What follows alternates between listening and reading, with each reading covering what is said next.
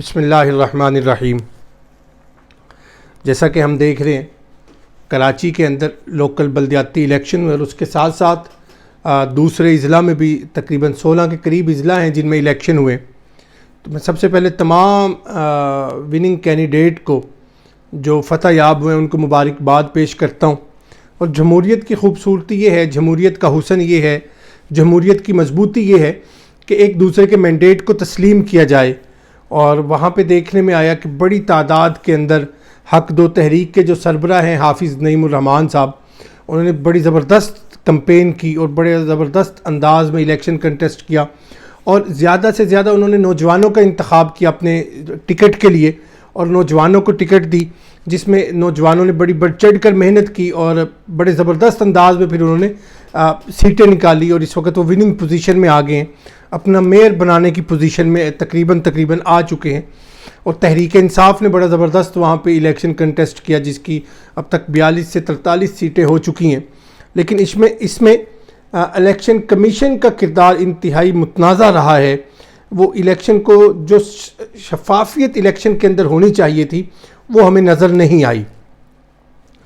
Secondly, किसी भी सूरत पाकिस्तान अब एहतजाजों का मुतहम्मिल नहीं हो सकता, एहतजाजी धरनों का मुतहम्मिल नहीं हो सकता। हालात मुल्क के हमारे सामने हैं। अनऑफिशियली तो बहुत कुछ हो चुका है, ऑफिशियल कुछ भी नहीं अभी तक अनाउंसमेंट हो रही। और पाकिस्तान के जो एसेट्स हैं, रिज़र्व्स हैं, वो कम से कम हो गए हैं। और इसी के अगर हम मद्दे मुकाबिल देखें, जिसको हम कहते थे गंदे हैं, नंगे हैं, बदबू आती है, मछेरे हैं, हमने इनका क्या करना है। आज उनके जो रिज़र्व हैं वो 167 बिलियन डॉलर हैं और हमारे क्या है जी 4 बिलियन 5 मिलियन डॉलर हमारे पास, वो भी उधार लेके हमने रखे हुए हैं।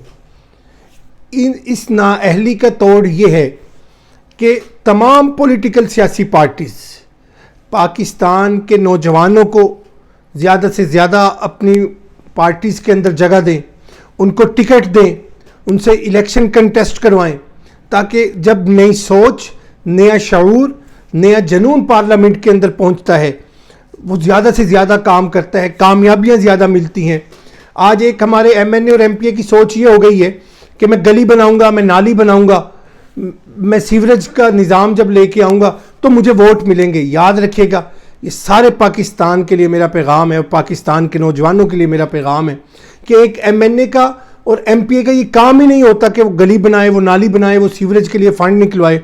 MNA और MPA का काम होता है ज़्यादा से ज़्यादा कानून साजी की जाए।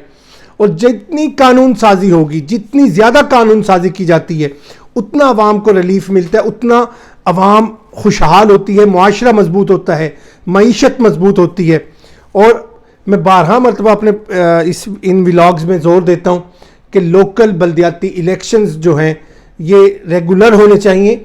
लोकल बल्दियाती इलेक्शन वो एक नर्सरी है जिससे नई क़यादत का वजूद आता है, नई लीडरशिप का वजूद आता है। आप दुनिया की तारीख़ उठा के देखें, उसमें लोकल बल्दियात से नई क़यादत सामने आ रही है और जिसकी तारीख़ नैनवा और रूम से भी पुरानी है। हम उस चीज़ से बहुत दूर हैं।